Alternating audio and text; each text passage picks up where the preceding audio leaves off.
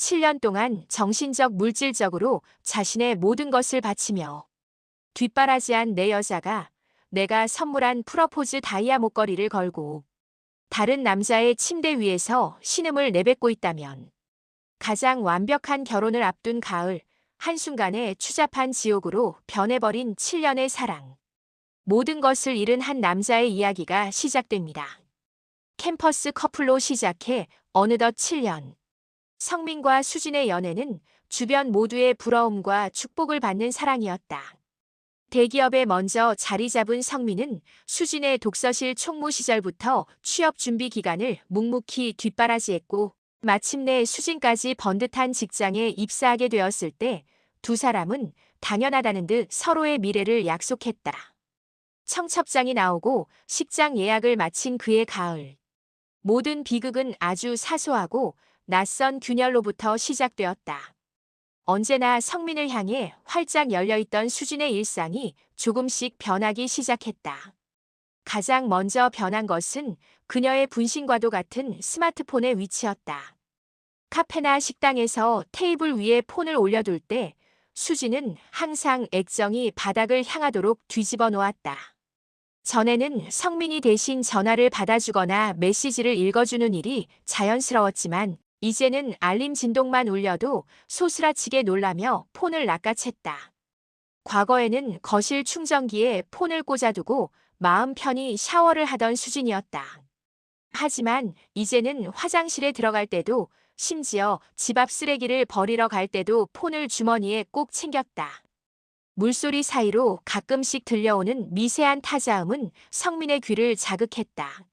성민이 과일을 깎아들고 방에 들어가거나 슬쩍 곁으로 다가오면 수지는 반사적으로 폰을 품에 안거나 화면을 껐다. 어두워진 액정 화면 위로 비치는 수진의 눈동자는 심하게 흔들리고 있었다. 7년이라는 시간 동안 몸에 밴 친밀함은 거짓말을 하지 못했다. 수진의 태도에서는 성민을 향한 익숙함 대신 의무감과 불편함이 묻어났다. 성민이 버릇처럼 수진의 어깨에 팔을 올리거나 손을 잡으려 할 때마다 수진은 교묘하게 몸을 틀었다. 아, 미안. 오늘 목이 좀 결려서 손에 땀이 많이 나서 그래라며 자연스러움을 가장한 거절이 늘어났다. 대화를 할 때도 수진은 성민의 눈을 똑바로 바라보지 못했다. 시선은 늘 성민의 어깨 너머 어딘가나 폰 화면 혹은 찻잔에 머물렀다. 성민이 수진아, 내 눈 좀 봐봐라고 말하면 그제야 억지로 초점을 맞추며 어색하게 웃어 보일 뿐이었다. 평소 평범하고 편안한 스타일을 선호하던 수진이 갑자기 고가의 화장품을 사고 속옷 취향이 바뀌었으며 주말마다 고등학교 동창 모임 회사, 동기 결혼식 등 성민이 동행할 수 없는 약속들을 만들어냈다. 외출하기 전 거울 앞에 수진은 성민과 데이트할 때는 한 번도 본 적 없는 생기 있고 설레는 표정을 짓고 있었다. 성민의 의심이 고개를 들 때마다 수진은 7년의 신뢰를 무기로 삼아 더욱 정교하고 예민하게 거짓말을 늘어놓았다. 성민이 굳은 표정으로 요새 왜 이렇게 폰만 봐? 무슨 일 있어? 라고 묻자 수진은 신경질적으로 머리를 쓸어 넘기며 한숨을 쉬었다. 이번에 새로 들어간 TF팀 프로젝트 알잖아. 팀장이 완전 사이코패스야. 주말이고 밤이고 카톡으로 업무 지시를 내리는데 10분 안에 답장 안 하면 인사고과에 반영하겠대. 나 진짜 스트레스 받아서 미칠 것 같아. 자기도 내 편 안 들어주고 왜 이렇게 감시하듯 물어봐. 서운해 정말. 당당하게 화를 내는 수진의 모습에 성민은 오히려 자신이 예민한 예비 남편이 된 것 같아 미안함이 앞섰다. 밤늦은 시간 불 꺼진 거실에서 수진이 미소를 지으며 타이핑을 하다가 성민에게 들켰을 때의 일이다. 당황한 수진은 급히 폰을 숨기며 말을 더듬었다. 아니, 아무것도 아니야. 자꾸 보려고 하지 마. 우리 결혼할 때 자기한테 서프라이즈로 주려고 웨딩 이벤트 업체랑 상담 중이었단 말이야. 자기가 미리 알면 감동 없잖아. 눈치 없게 정말 이제 비밀번호도 바꿔버릴 거야. 결혼을 앞둔 신부의 귀여운 투정처럼. 포장된 그 거짓말 뒤에서 수진의 손가락은 미세하게 떨리고 있었다. 약속이 있다며 주말 아침부터 한껏 꾸미고 나가는 수진을 성민이 붙잡았다. 오늘 우리 청첩장 모임 가기로 한 날이잖아. 누구 만나는데 그렇게 예쁘게 하고 가? 수진은 짜증과 애원이 뒤섞인 목소리로 성민의 팔을 잡았다. 나 요새 마음이 너무 답답해. 결혼 날짜 다가오니까 그냥 다 무섭고 도망치고 싶어. 친구들이 결혼 전 우울증 나고 바람 좀 쐬고 오라 해서 그래. 자기가 이해해주면 안 돼. 나 오늘 친구들이랑 수다 떨면서 털어내고 올게. 자기는 집에서 좀 쉬고 있어. 미안해. 수진이 지어 보이는 어색한 미소와 눈물 섞인 변명들을 성민은 미련하게도 모두 믿었다. 설마 7년을 함께한 수진이가 나밖에 모르던 수진이가라는 믿음 때문이었다. 7년이라는 장구한 시간 동안 쌓아 올린 견고한 신뢰는 역설적이게도 성민의 눈과 귀를 완벽하게 멀게 만들기에 충분했다. 하지만 진실은 추잡했다. 수진이 회사 동기 모임이라며 나간 주말 밤, 성민은 수진의 가방 안에서 떨어진 낯선 호텔 영수증을 발견했다. 심장이 내려앉는 감각을 누르며 성민은 영수증에 적힌 호텔로 향했다. 그리고 그곳에서 수진이 그토록 존경한다던 대학과 선배, 도연의 외제차에서 내리는 두 사람을 목격했다. 도연은 성민과도 잘 아는 사이였다. 심지어 두 사람의 결혼식 축가를 불러주겠다며 너스레를 떨던 인간이었다. 성민은 미행했다. 호텔 로비로 들어서는 두 사람은 연신 서로의 허리를 감싸 안고 입을 맞추며 킥킥댔다. 도연이 수진의 엉덩이를 툭 치며 말했다. 성민이 그 고리타분한 새끼는 이런 맛 없지. 결혼하기 전에 나한테 오길 잘했어.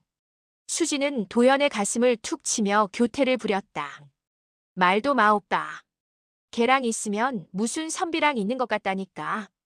결혼은 걔의 스펙이랑 집안 보고 하는 거지. 재미는 오빠가 최고야. 문이 닫히는 객실 번호는 804호. 성민은 피가 거꾸로 솟아 당장이라도 문을 부수고 들어가 두 인간의 목을 조르고 싶었다. 하지만 손을 벌벌 떨며 주머니에서 스마트폰을 꺼냈다. 마침 비상계단 문이 허술하게 열려 있었고 객실 테라스 구조상 옆 난간을 통해 내부가 들여다보이는 구조였다. 성민은 짐승 같은 숨을 죽이며 테라스 창문 너머로 카메라 렌즈를 들이댔다. 렌즈 속에서 7년을 만난 내 여자가 다른 남자의 몸 위에서 신음을 내뱉고 있었다. 그녀의 목에 걸린 목걸이는 지난달 성민이 프러포즈하며 건넨 다이아몬드였다. 성민은 눈물조차 흘리지 않았다. 영혼이 통째로 불타 재가 되는 기분 속에서 가장 적나라하고 더러운 불륜의 순간들을 영상과 사진으로 꼼꼼히 담았다. 촬영을 마친 성민은 조용히 호텔을 빠져나왔다. 그리고 차 안에서 수진과 도연 두 사람에게 동시에 영상과 문자를 전송했다. 결혼은 취소다. 내 인생에서 영원히 꺼져. 그 길로 성민은 웨딩홀, 혼수가구, 스튜디오 촬영을 전부 위약금을 물고 취소했다. 수진의 명의로 해둔 전세자금 대출도 칼같이 회수했다. 수진과 도연에게서 수십 통의 전화와 문자가 왔지만 성민은 유심칩을 뽑아 한강에 던져버렸다. 회사에 사직서를 내고 살던 집까지 정리해 연고가 없는 곳으로 흔적도 없이 사라졌다. 수진은 그날 밤 호텔 방에서 비명을 지르며 주저앉았다. 완벽한 파멸의 시작이었다. 성민이 증발하듯 사라진 후 수진의 삶은 지옥으로 변했다. 성민의 부모님을 찾아갔지만 내 아들 인생 망친 년이라는 날 선 비난과 함께 소금 세례를 맞아야 했다. 친구들도 성민이 전송한 적나라한 불륜 사실을 알게 되자 하나둘 수진을 멀리했다. 도연은 어땠을까? 수진이 울며 매달리자 도연은 차갑게 안면을 바꿨다. 야, 내가 좋아서 바람 피워놓고 왜 나한테 난리야? 내가 너더러 결혼 깨래. 성민이 새끼도 독하네. 좋게 헤어지지 뭘 이런 걸 찍고 난리야. 나도 피해자야 이년아. 도연은 소문이 날까 두려워 수진을 차단하고 도망치듯 이직해버렸다. 그제야 수지는 깨달았다. 자신이 얼마나 소중하고 많은 것을 시궁창에 버리고 잠시의 쾌락에 젖어 미친 짓거리를 했는지. 성민의 빈자리는 너무나도 컸다. 매일 밤 성민과 지내던 집 앞을 서성이고 받지 않는 전화를 걸며 수지는 서서히 미쳐갔다. 내가 미쳤었지. 성민아, 한 번만 기회를 줘. 제발 잘못했어. 3년 동안 수지는 단 하루도 발을 뻗고 잠들지 못했다. 우울증 약 없이는 버틸 수 없는 페인 같은 삶 속에서도 수지는 언젠가 성민을 만나면 무릎 꿇고 빌겠다는 일념 하나로 겨우 직장 생활을 이어갔다. 그리고 3년 후 수진이 다니는 중견기업 한성그룹의 전략기획본부장으로 새로운 수장이 부임한다는 공고가 떴다. 전체 조회 시간 단상 위로 걸어 나오는 남자의 모습을 본 순간 수지는 숨을 쉴 수 없었다. 고급 맞춤 정장에 예전의 부드러움은 온데간데 없이 차갑고 날카로운 아우라를 풍기는 남자. 그토록 찾아 헤매던 강성민이었다. 수진의 심장이 미친 듯이 뛰었다. 성민이가 돌아왔어. 날 보러 온 걸까? 수지는 착각에 휩싸였다. 조회가 끝난 후 수지는 주위의 눈을 피해 본부장실로 들이닥쳤다. 문이 닫히자마자 수지는 성민의 책상 앞으로 가 눈물을 쏟아냈다. 성민아, 성민아, 너 맞지? 나 정말 죽는 줄 알았어. 3년 동안 매일 후회했어. 내가 미쳤었나 봐. 그 인간이랑은 진작에 끝냈어. 아무것도 아니었어. 제발 나 좀 봐줘. 수지는 무릎을 꿇으려 했다. 하지만 성민은 서류를 넘기던 손길조차 멈추지 않은 채 차가운 목소리로 은소렸다. 이수진 대리. 여기가 내 안방이야. 공과 4구분 안에. 나가. 성민의 눈빛에는 분노조차 없었다. 그저 길가에 구르는 돌멩이를 보는 듯한 지독한 경멸과 무관심뿐이었다. 수진이 성민의 바지가랑이를 잡으려 하자 성민은 더럽다는 듯 다리를 뒤로 뺐다. 성민아, 나한테 기회를 줘. 내가 원하면 나 회사도 그만둘게. 너 하는 대로 다 할게. 착각하지 마. 성민이 비웃음을 흘리며 상체를 숙여 수진과 눈을 맞췄다. 내가 넷간년 보려고 여기 온 것 같아. 내 착각 가득한 머리에 현실을 주입해주지. 그때 본부장실에 프라이빗 문이 열리며 한 여자가 걸어 들어왔다. 한성그룹의 오너이자 현 대표이사의 장녀인 한채원 부사장이었다. 당당하고 고혹적인 매력을 뿜어내는 채원은 자연스럽게 성민의 어깨에 손을 올렸다. 성민 씨, 손님이 계셨네. 누구셔? 아, 마케팅팀 이수진 대리입니다. 업무 보고가 미숙해서 주의를 주던 참이었습니다. 성민은 채원의 손을 부드럽게 감싸주며 수진이 한 번도 본 적 없는 다정한 미소를 지었다. 이 대리 인사해. 내 약혼녀이자 이 회사의 차기 오너이신 한채원 부사장님. 그리고 우리는 다음 달에 결혼해. 내가 예약했던 그 허접한 예식장 말고 신라 호텔에서. 수진의 눈동자가 격렬하게 흔들렸다. 성민은 수진을 투명 인간 취급하며 채원의 허리를 감싸 안았다. 이 대리 나가봐. 대표이사 직속 라인인 본부장실에 허락 없이 들어온 건 이번만 눈 감아주지. 한 번만 더 선 넘으면 그땐 해고야. 수지는 다리가 풀린 채 본부장실을 기어 나왔다. 화장실 변기를 붙잡고 구토를 했다. 자신이 버린 남자는 이제 자신이 감히 쳐다보지도 못할 거대한 성벽 위에 주인이 되어 있었다. 수진이 회사 화장실에서 울부짖고 있을 때 진동이 울렸다. 발신인은 놀랍게도 3년간 연락을 끊었던 최도연이었다. 도연은 성민이 한성그룹의 본부장으로 그것도 오너가의 사위로 들어왔다는 소문을 듣고 눈이 뒤집혀 수진에게 전화를 건 것이었다. 퇴근 후 회사의 외진 골목에서 만난 도연은 여전히 비열했다. 수진아, 너 바보야. 강성민 그 새끼 너한테 복수하려고 그 여자 꼬신 거야. 너 괴롭히려고 이 회사 들어온 거라고. 내가 다 알아. 그 새끼 예전부터 야망 가득한 독종이었어. 너 속는 거야. 도연은 수진을 위하는 척하며 성민을 모함했다. 만약 성민이 회사의 실권을 잡으면 과거 수진과의 불륜 상대였던 자신에게도 보복이 올까 두려워 발악하는 것이었다. 그러니까 수진아, 우리 예전처럼 다시 시작하자. 내가 너 책임질게. 그 새끼가 너 자르기 전에 우리가 먼저 한 방 먹여야지. 도연이 수진의 어깨를 붙잡았을 때 수진은 소름 끼치는 혐오감을 느꼈다. 3년 전 이 인간의 감언이설과 육체적 쾌락에 속아 자신의 천국을 제 발로 차버렸다는 사실이 뼛속까지 시려왔다. 도연의 얼굴 위로 낮에 보았던 성민의 차갑고 고결한 얼굴이 겹쳐졌다. 이 더러운 손 치워. 수진은 도연의 뺨을 세차게 내리쳤다. 너 때문에, 너 같은 쓰레기 때문에. 내가 뭘 잃었는지 알아. 다 너 때문이야. 내 인생 돌려내, 이 나쁜 놈아. 수진은 미친 사람처럼 도연의 가슴팍을 쥐어뜯으며 비명을 질렀다. 도연은 인상을 쓰며 수진을 바닥으로 밀쳐냈다. 미친년이 돌았나? 야, 바람은 나 혼자 폈냐? 지가 좋아서 가랑이 벌려놓고 이제 와서 누구 탓을 해? 평생 그렇게 처참하게 살아라, 쌍년아.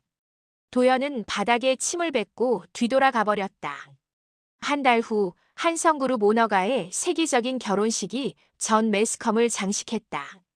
수진은 회사 탕비실 텔레비전에서 흘러나오는 성민과 채원의 행복한 결혼식 생중계를 넋이 나간 채 바라보았다. 세상에서 가장 행복해 보이는 성민의 미소. 그것은 한때 온전히 수진의 것이었다.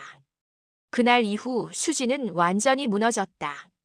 초점 없는 눈으로 회사 복도를 배회하고 서류 한 장 제대로 처리하지 못해 매일같이 상사들에게 호통을 들었다. 머리는 헝클어지고 옷은 구겨진 채 매일 밤 술에 취해 길거리에 쓰러졌다. 어느 날 저녁 폭우가 쏟아지는 회사 로비.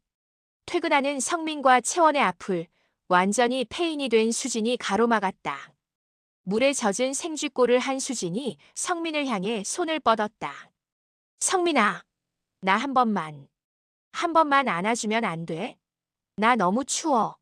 잘못했어. 채원은 불쾌한 듯 인상을 찌푸리며 비서들을 불렀고 성민은 그런 수진을 단 0.1초도 쳐다보지 않은 채 경호원들에게 명령했다. 치워라. 더럽다. 경호원들에게 끌려나가 대리석 바닥에 내팽개쳐지는 수진의 귀로 고급 세단의 문이 닫히는 묵직한 소리가 들려왔다.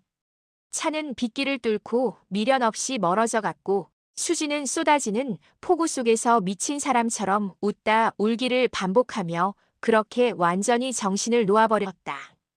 가장 화려한 복수는 배신자를 내 손으로 죽이는 것이 아니다. 내가 범접할 수 없는 하늘이 되어 그들이 평생 후회와 절망의 구렁텅이에서 나를 올려다보며 서서히 말라 죽게 만드는 것임을 성민은 완벽하게 증명해 보였다. 구독과 좋아요 부탁드립니다. 고맙습니다.